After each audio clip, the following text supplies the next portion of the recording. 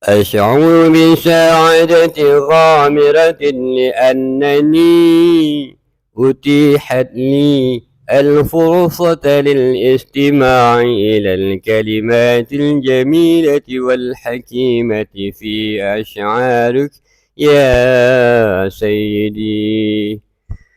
Aku merasa sangat bahagia telah mendapatkan kesempatan juga untuk bisa mendengarkan lantunan kata-kata indah dan bijak yang ada di dalam syair-syairmu, wahai Tuanku. Ana aydan wahidun minal adid من الأشخاص الذين رأوا بأم عيني مدى شجاعته في النضال من أجل الحقيقة وإظهار الخطأ. Saya juga salah satu dari sekian banyak orang yang melihat dengan mata kepala sendiri betapa beraninya dia memperjuangkan kebenaran dan menunjukkan apa yang salah. وفي الوقت نفسه الملايين من الناس على استعداد لاضطهاده. Sementara jutaan orang siap mempersekusinya. والحقيقة أن عماد الدين هو الذي ألهمني وزاد من حماستي الدينية وزاد من علمي ومعرفتي. Sesungguhnya, wahai Tuanku, Kiai Haji Imaduddin Usman Al-Bantani telah menginspirasiku, menambah pula semangat beragamaku, dan menambah pula ilmu pengetahuanku. عجائب من حكايا تجيء من الرشيد هو الأسود. Akan aku ungkapkan padamu cerita-cerita yang sangat luar biasa yang datang dari seorang tokoh yang cerdas dengan keberanian yang luar biasa. Qiyamun kal husuni bi ghairi jawfin li hujjatihi fala rihun yasudu. Dia berdiri kokoh bagaikan benteng-benteng yang tanpa celah. Dengan argumennya maka udara pun sulit menembusnya. يطير إلى الهوى أخذ الثرايا وأظهرها لنا كيدا يكيد. Dia terbang ke angkasa mengambil bintang-bintang. Dengan lenteranya dia tampakkan tipu daya orang yang menipu. Fahazzat syahwatul hawa hayaan kabarqin yakhtaful uquda yabdu. Maka goncanglah agenda licik mereka nampak malu, laksana petir yang menyambar doktrin-doktrin mereka. Junudu hujjatin talifat abahum faja'ad-daw'u min nurin yazidu. Tentara hujjahnya dapat menghancurkan wibawa mereka, maka datanglah lentera dari sinar yang terang benderang. Imaduddini min turuki syibabi lahu hamlun lifakil qam'i wadu. Dialah Kiai Imaduddin yang datang dari kalangan muda. Dia punya misi untuk melepaskan penindasan, maka cintailah dia. Nazamtu lakum فيا أهل البطال على اسمي غالب هذا الفؤاد. Aku rangkai bait-bait syair ini untuk kalian wahai para keturunan pejuang, dengan namaku Abdul Ghalib, dan ini adalah suara hatiku yang paling dalam. Wa ma abghi lahum wal hubbu yabqa fa haqqul haqqi la yukhfa la haqudu. Aku bukan karena benci pada mereka, rasa cintaku tetap utuh, namun kebenaran tidak boleh disembunyikan, bukan karena kebencian. Fa'afwan thumma afwan in ataitu muallimakum bidhanni dhaku'udu. Maka mohon maaf, sekali lagi mohon maaf apabila aku membuatmu sakit hati. Dengan persangkaanku ini, inilah posisiku.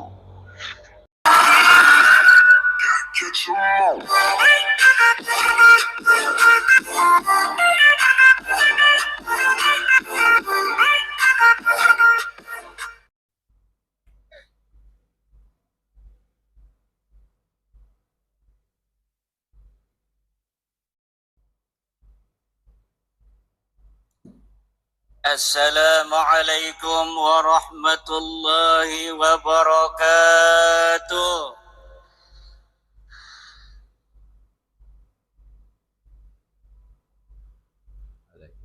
Assalamualaikum warahmatullahi wabarakatuh.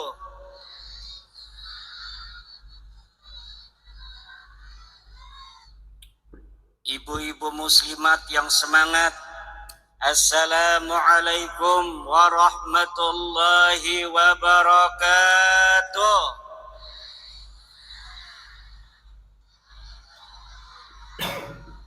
Siapa kita? Siapa kita? NKRI. Alhamdulillah.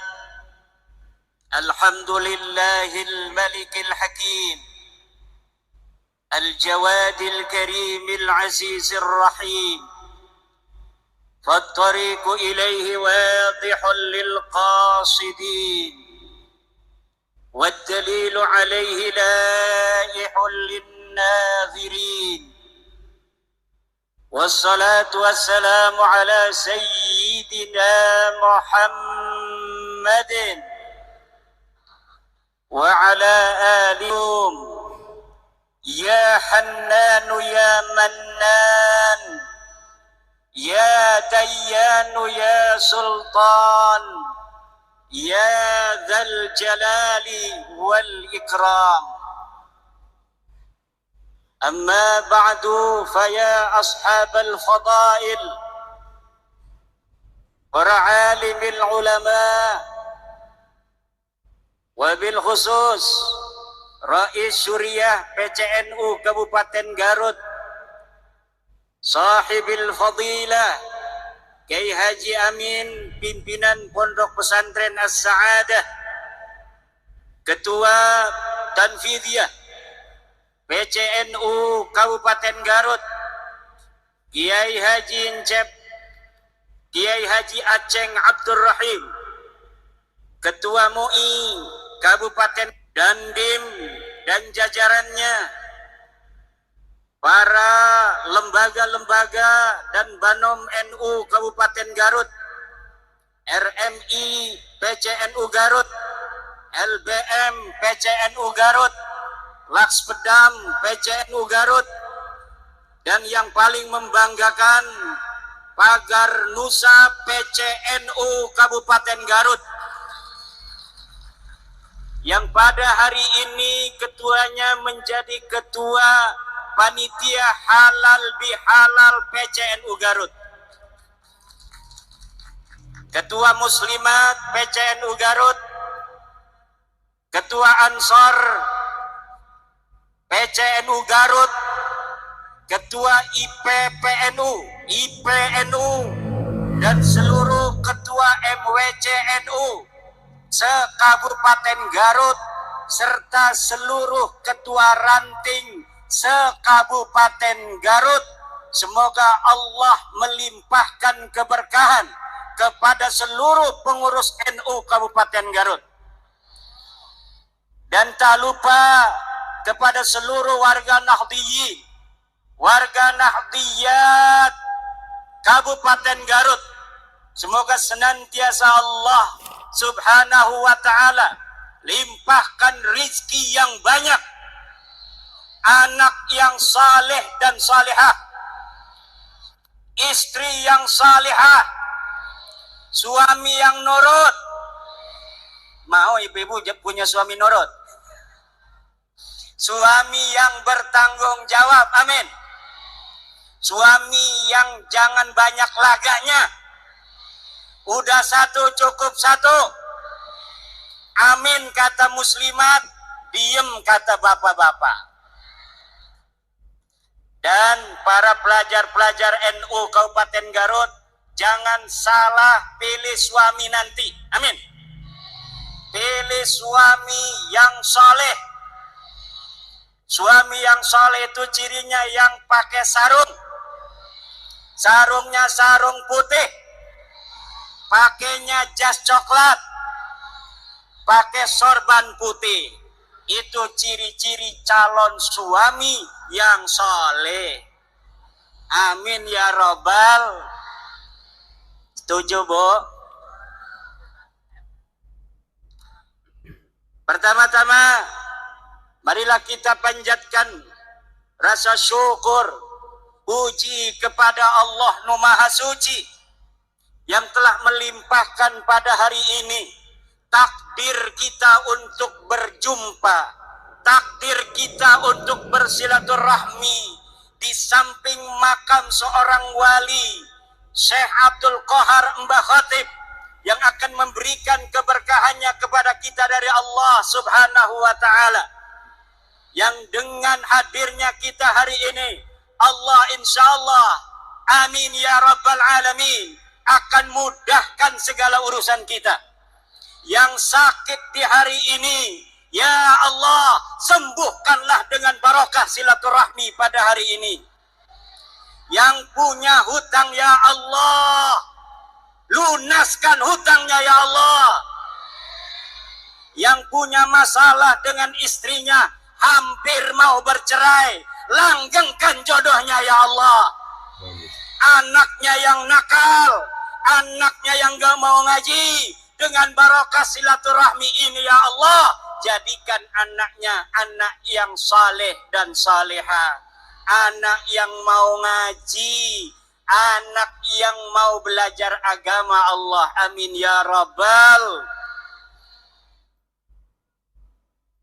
Salawat beserta salam mari kita sanjungkan kepada baginda alam, Habibi wa qurratu aini Muhammad ibn Abdullah, man huwa syamsun, man huwa badrun, man huwa nurun fawqa nurin, man huwa iksiru wa ghali, man huwa misbahus suduri, jaddal hasani wal husaini, sayyidina wa maulana Muhammad, sayyidina wa maulana Muhammad, sayyidina wa maulana Muhammad. Hadirin warga NU Kabupaten Garut,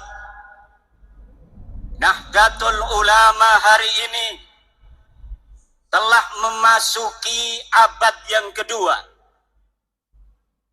PBNU mencanangkan tema untuk abad yang kedua ini, merawat jagat, membangun peradaban. Merawat jagat, membangun peradaban. Mari kita sama-sama ulangi. merawat jagat, merawat jagat. Sejak NU didirikan 1926, NU bergerak membimbing umat. Kiai-kiai pesantren diorganisir untuk bersama-sama mengawal umat Islam agar menuju apa yang diridhai oleh Allah dan Rasul-Nya. Kiai-kiai NU mengawal umat bergerak melawan paham Wahabi ketika itu yang menuduh kiai-kiai pesantren terkena penyakit TBC, takhayul, bid'ah, dan khurafat. Kiai-kiai kita juga sejak berdirinya mengawal bangsa Indonesia untuk mencapai kemerdekaan Indonesia. Setelah merdeka 1945, Rais Akbar Nahdlatul Ulama Hadratus Syekh Hasyim Asy'ari membuat fatwa resolusi jihad, kewajiban untuk setiap umat Islam untuk mempertahankan negara kesatuan Republik Indonesia yang baru saja dimerdekakan. Dari mulai resolusi jihad tanggal 22 Oktober, umat Islam di seluruh Indonesia bertekad karena sudah adanya fatwa ulama bahwa kita wajib mempertahankan negara kesatuan Republik Indonesia ini. Maka tanggal 10 November umat Islam di Jawa Timur bergerak menuju satu titik untuk mengusir tentara sekutu yang waktu itu sudah datang ke Surabaya. Puluhan ribu anak-anak santri turun bersama bangsa Indonesia lainnya di dalam mempertahankan keutuhan negara kesatuan Republik Indonesia. Ribuan nyawa melayang, tapi nyawa yang melayang itu tidak ada artinya kalau dibandingkan kebahagiaan anak cucunya kita di hari ini. Leluhur kita yang telah menjadi syahid, leluhur kita yang telah menjadi pahlawan. Di antara mereka ada yang dikenal, ribuan lagi tidak ada yang tahu.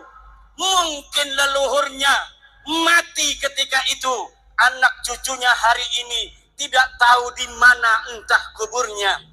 Tetapi perjuangan mereka telah menghasilkan kita kedamaian di hari ini, ketertiban dan kemerdekaan. Maka ini nikmat yang tidak boleh oleh kita warga NU dilupakan untuk senantiasa menjaga negara warisan para leluhur-leluhur kita ini. Jangan sampai negara ini berkuasa. Nahdlatul Ulama bersama elemen-elemen bangsa lainnya hadir di pemerintahan.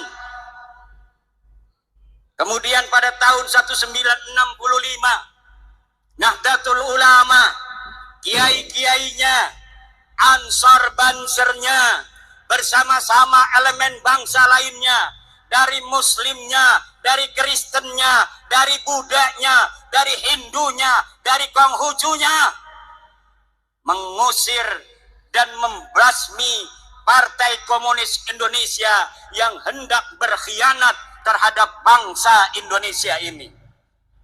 Kemudian pada saat Orde Baru berkuasa, Nahdlatul Ulama tidak purek, kata orang Jawa Banten.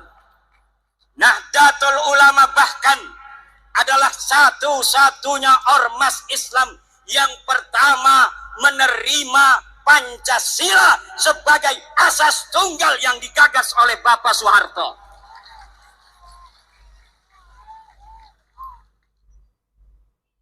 Kalau ormas lain mungkin sudah turun ke jalan.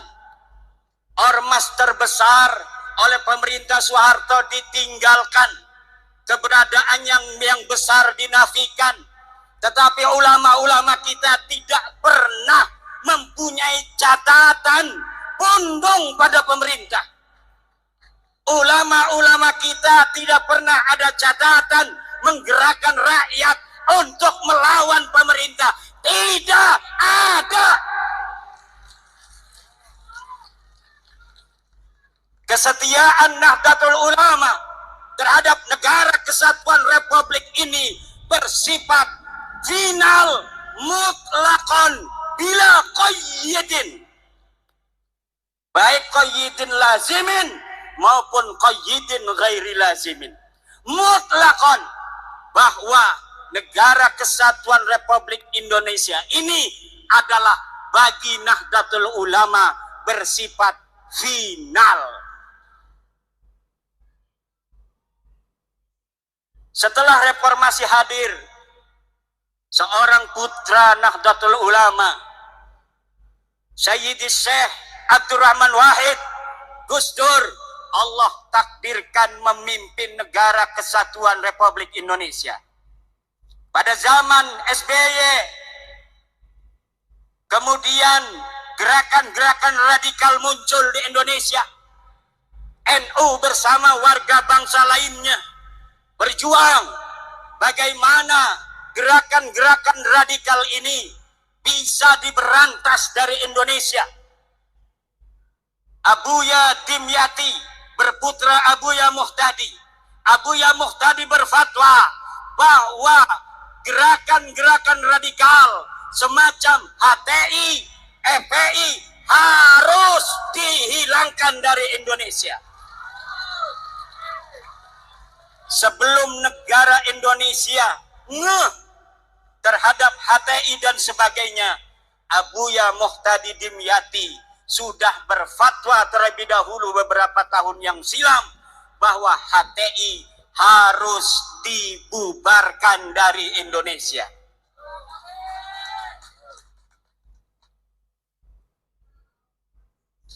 Kemudian hari ini Nahdlatul Ulama bersama warga bangsa lainnya tetap setia mempertahankan Indonesia, apalagi setelah putra terbaik Nahdlatul Ulama Kiai Haji Ma'ruf Amin bersama sama Presiden Joko Widodo memimpin negeri ini adalah beban yang lebih berat bagi warga Nahdlatul Ulama yang harus menunjukkan ketika guru kita bersama ada di puncak pimpinan, bagaimana kita warga Nahdlatul Ulama harus menjaga ketertiban, kedamaian di seluruh pelosok negeri Nusantara ini, saudara.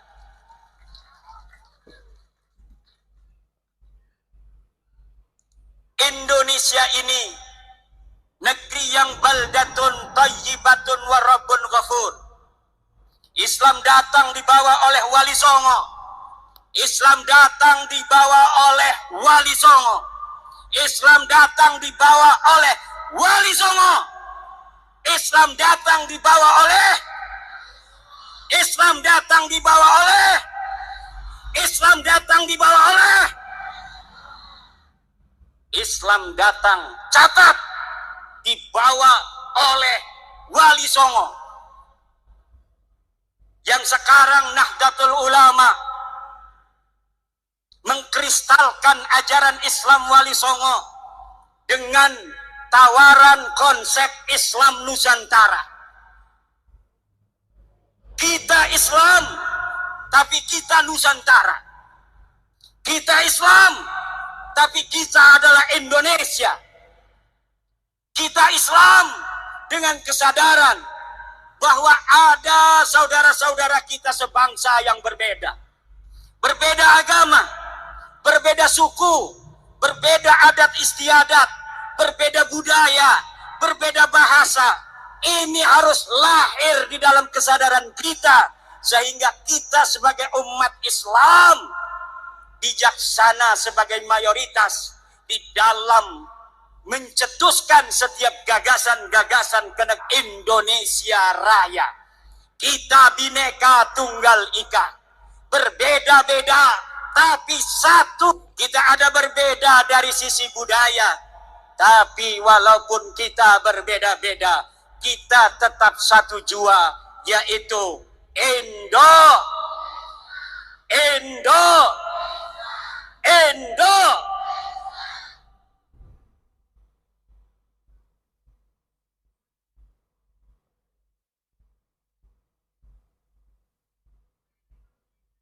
Para pendahulu kita mengatakan bahwa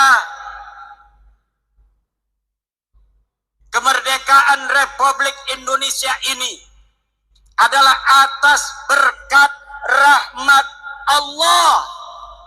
Lihat dalam Undang-Undang Dasar. Dan sesungguhnya kemerdekaan itu ialah hak segala bangsa. Dan oleh sebab itu, maka penjajahan di atas dunia ini harus dihapuskan karena tidak sesuai dengan pri keadilan dan pri kemanusiaan. Indonesia harus bersatu dan pertama harus merdeka. Karena di dalam undang-undang yang disebutkan bukan bersatu terlebih dahulu. Bersatu kalau masih ada satu suku bangsa merasa lebih tinggi derajatnya dari bangsa lainnya di Indonesia. Buat apa kita bersatu kalau mereka, orang-orang yang bukan pribumi Indonesia, menganggap kita pribumi Indonesia adalah sebagai budak-budak mereka. Wahai pemuda-pemuda Garut, hai pemuda-pemudi Jawa Barat, hai pemuda-pemudi Pajajaran, hai putra-putri Siliwangi, hai putra-putri Aceh, hai putra-putri Sumatera, hai putra-putri Kalimantan, hai putra-putri Sulawesi, hai putra-putri Maluku, hai putra-putri Papua, hai putra-putri Nusa Tenggara, hai putra-putri Bali, hai putra-putri Madura, hai putra-putri Tanah Jawa. Kalian adalah pewaris-pewaris negeri Indonesia ini. Jangan sampai kalian di negeri kalian sendiri yang direbut dari penjajah dengan darah-darah kakek-kakek kalian sendiri. Kemudian negeri ini, kehormatan kalian, kalian gadaikan, kalian jadikan hal yang menghinakan daripada perjuangan kakek-kakek kalian sendiri. Jangan menjadi budak dari bangsa-bangsa selain kalian.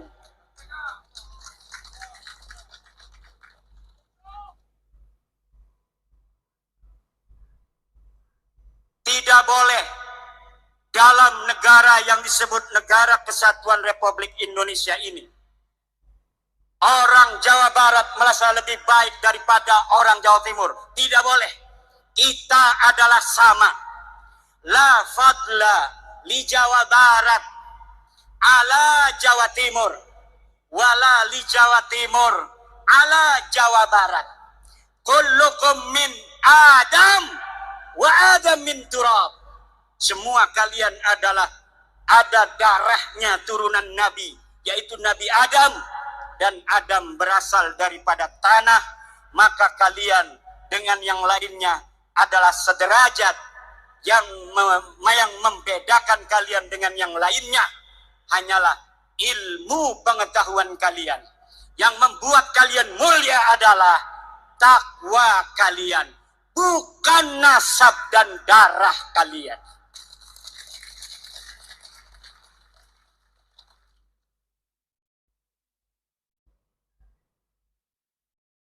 Kullukum ummahatukum waladnakum ahrara fala takunu abidan li ghairikum. Ibu-ibu kalian melahirkan kalian dalam keadaan merdeka, maka jangan sampai kalian menjadi budak-budak dari selain kalian. Di hadapan Allah kita adalah sama.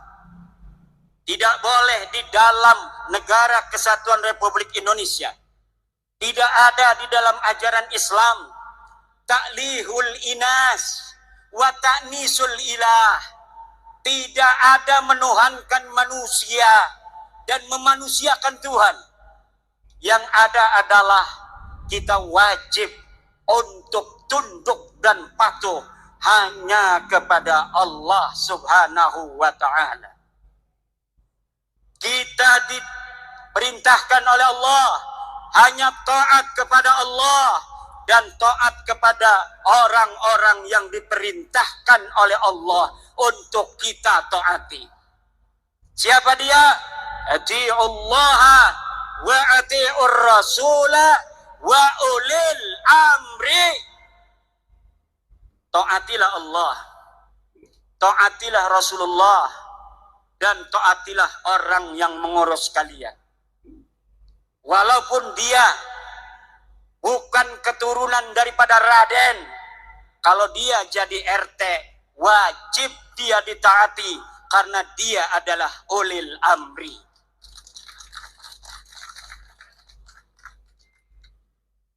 Walaupun dia turunan Nabi Nuh, turunan Nabi Ibrahim, kalau dia tidak jadi apapun dalam kehidupan, tidak ngurus urusan kalian, tidak ada kewajiban kalian untuk mentaatinya. Tidak ada. Tapi walaupun abdun habasiyun, hamba yang hitam legam, kalau dia memegang urusanmu, dia menjadi ketua RT, ketua RW, dia menjadi lurah, dia menjadi camat, dia menjadi bupati, dia menjadi gubernur, dia menjadi presiden, dia menjadi ketua organisasi, maka dalam lingkup urusan-urusan yang menjadi tanggung jawabnya, kita sebagai rakyatnya, kita sebagai anggotanya, wajib untuk mentaati mereka.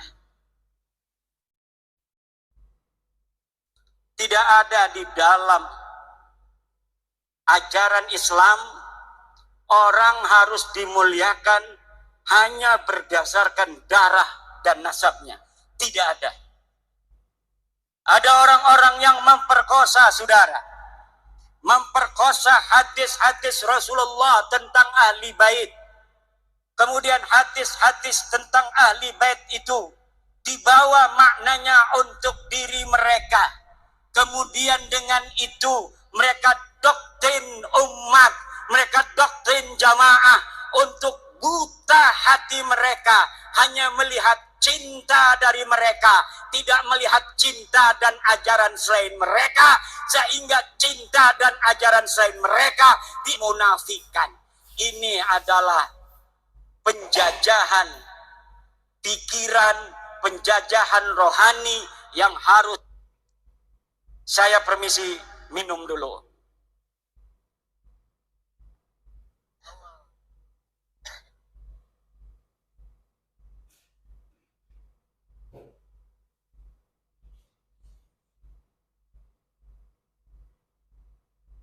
Allah berfirman, "Walaqad karramna bani Adam." Dan sungguh kami telah memuliakan anak Adam. Allah lah yang telah memuliakan kalian, wahai orang Garut, wahai orang Limbangan. Maka jangan hinakan kalian di hadapan siapapun atas nama apapun, kecuali di situ ada perintah Allah Subhanahu wa ta'ala. Kehinaan yang diperbolehkan adalah kehinaan di hadapan orang tua kita. Wahfid janah, harus tawadu, harus menghinakan diri di hadapan ibu kita, di hadapan ayah kita. Wa man fi ma'nahuma indal ulama wa huwal masyayikh. Kalau dia bukan ibu kalian, kalau dia bukan ayah kalian, kalau dia bukan guru kalian, walaupun katanya dia kiai, walaupun katanya dia ulama, maka tidak ada kewajiban bagi kalian untuk menghormatinya dengan menghinakan orang tua dan guru kalian yang mengajari kalian sendiri. Artinya apabila ta'arud antara menghormati orang tua dengan menghormati ulama itu, maka orang tua harus didahulukan terlebih dahulu. Sekarang ini doktrinnya beda. Kalau engkau mencintai cucunya Rasul, walaupun ibumu sakit, maka engkau harus hadir apabila ada panggilan juang. Kalau ada panggilan jihad. Jihad apa? Negeri kita ini sedang tenang, saudara. Negeri kita ini aman, tentram. Ngedengerin ceramah juga bisa sambil beli cilok. Ngedengerin ceramah juga bisa sambil ngopi, bisa sambil ngerokok. Banser begana begini juga nggak ada apa-apa sebenarnya mah. Pura-pura sibuk. Aman, tentram, betul nggak? Cuma Banser ingin menunjukkan penghormatan pada kiai-kiai saja. Sebenarnya nggak ada apa-apa. Negeri kita ini aminatan mutmainnah, aman dan tentram.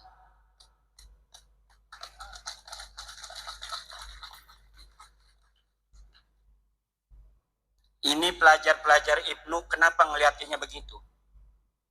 Apalagi mikir ini punya istri belum ya?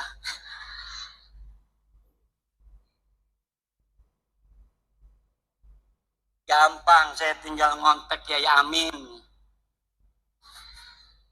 Ya iya.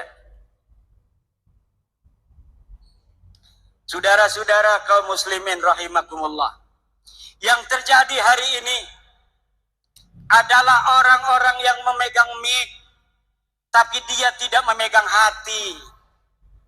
Dia asal bicara, walau kadangkala menyakiti ratusan juta bangsa Indonesia. Bagi yang cinta pada dia karena sudah buta, mereka membenarkan mereka. Karena yang diajarkan adalah kebutaan. Yang diajarkan cinta. Dipanggilnya pengikut itu muhibbin. Tidak seperti Rasulullah memanggil pengikutnya dengan sebutan ashab. Imam Syafi'i memanggil murid-muridnya ashab. Para kiai memanggil pengikutnya santri. Tidak ada yang memanggil muhibbin. Para pecinta itu tidak ada, saudara. Muhibbin itu buta kan, sehingga yang menjadi pengikut mereka amat disebut ashab. Maka ketika Nabi Muhammad tiada, murid-muridnya para sahabat ini kemudian menjadi orang-orang tinggi derajatnya. Bahkan bisa mengalahkan Rasulullah, dapat menguasai tanah yang lebih luas. Sehingga mereka tanah yang dikuasai itu menyebut la ilaha illallah. Itulah murid-murid Rasulullah yang disebut ashab, bukan disebut muhibbin. Kemudian murid-murid Imam Syafi'i disebut ashabus Syafi'i, sahabat-sahabat Imam Syafi'i. Maka mereka kemudian menjadi ulama-ulama besar sepeninggal Imam Syafi'i. Cucu-cucu muridnya juga menjadi ulama-ulama besar. Kemudian cucu-cucu muridnya menjadi ulama-ulama besar. Mereka yang disebut sebagai ashab adalah mereka yang dididik untuk lebih mulia dan lebih pintar dari gurunya. Sementara mereka yang disebut muhibbin hanya dijadikan anak buah yang untuk mengorbankan diri bagi yang dicintainya.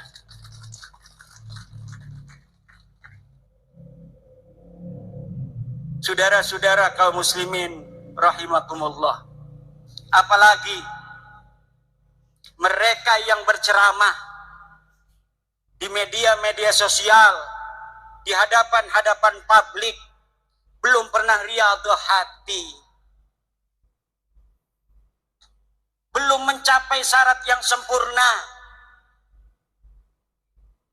Syekh Abdul Qadir Jailani mengatakan, la yanbaghi li faqirin ayyatasadda wa yatasaddara li irsadin nas illa in a'tahu Allahu ilmal ulama wa siyasatal muluk wa hikmatal hukama. Tidak segarutnya. Layam bagi itu maknanya tidak segarutnya. Kalau orang Jogja tidak seyogianya. Kalau orang Banten tidak sebantennya.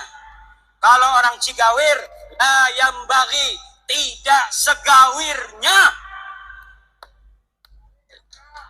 Li fakirin untuk seseorang untuk berceramah di hadapan manusia kecuali dia telah diberikan ilmunya para ulama, politiknya para pemerintah, dan hikmahnya para aulia-aulia Allah. Kalau orang telah memiliki tiga, pertama dia adalah ilmu dari para ulama. Dia telah pantas berbicara karena sudah banyak ilmunya. Dia sudah ta'lim puluhan tahun di pondok pesantren. Kemudian dia mengerti siyasatal hukama, politiknya para pemerintah. Kadang-kadang politik itu li siyasatin nas, sesuatu yang kelihatannya tidak baik untuk satu kelompok, tetapi hal itu manfaat dan maslahatnya baik untuk masyarakat yang lebih luas. Pemerintah kadang-kadang harus melakukan hal-hal yang demikian. Yang ketiga adalah hikmatul hukama. Dia harus mempunyai hikmahnya para aulia-aulia Allah. Kasih sayang dan cinta di hati. Tidak setiap ilmu itu saudara bisa untuk diberikan di hadapan publik seperti ini. Yang harus diberikan ke hadapan publik seperti ini adalah apa yang menggerakkan mereka untuk mendekatkan diri kepada Allah dan menghilangkan perbudakan pikiran yang menggelantung di hati-hati masyarakat, sehingga pencerahan itu akan membuka dirinya untuk menjadi manusia yang merdeka, manusia yang betul-betul tidak menjadi budak daripada manusia lainnya. Saudara-saudara, sebenarnya saya ingin lama untuk berceramah, tetapi suara ini karena saking semangatnya di negeri sendiri, karena saya walau dari Banten, tapi ada kata orang tua, ada silsilah nasab ke Bandung, Garut, dan Sumedang Larang. Kalau di DNA, kalau berani DNA ya, berani nggak tes DNA? Berani nggak tes DNA?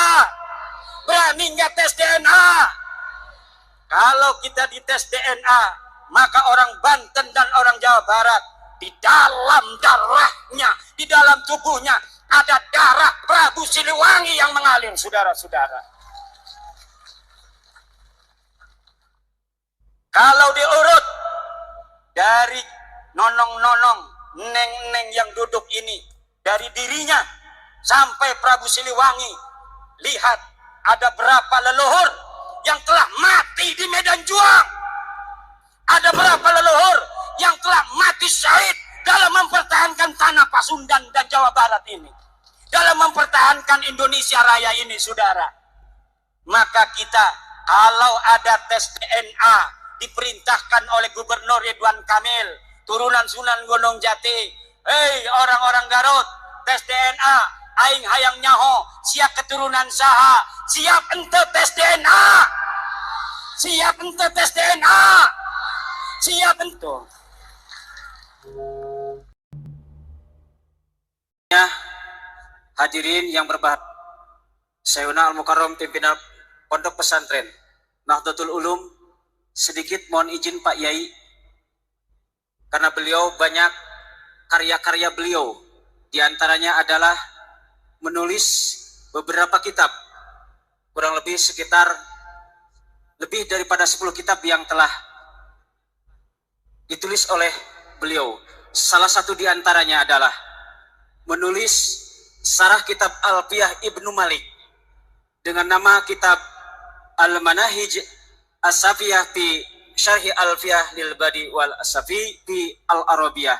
Ini adalah salah satu kitab, mungkin di antara sekian ulama yang ada di Nusantara ini, baru beliau yang bisa membuat sebuah karya syarah kitab Alfiyah Ibnu Malik. Tidak hanya itu, beliau juga kreatif menulis beberapa buku yang kami, barangkali tidak salah Pak Yai, mohon maaf, salah satu buku sejarah tentang pendiri Tangerang, Raden Arya Wangsakara. Ini adalah buku jenis sejarah. Dan juga sebuah buku novel, yaitu judul buku Dari Banten Kusebut Namamu. Itulah karya-karya beliau. Ini adalah sebuah mutiara bagi kita semua, salah satu ulama muda di Nusantara ini. Untuk itu lebih jauh, marilah kita untuk memfokuskan kehusuan kita di dalam menerima apa yang akan beliau sampaikan kepada kita semua. Untuk itu, waktu dan kesempatan yang seluas-luasnya diberikan kepada beliau Syekhuna Al-Mukarram, pimpinan Pondok Pesantren Nahdlatul Ulum, sekaligus beliau sebagai Ketua RMI PWNU Banten. Kepadanya dipersilahkan.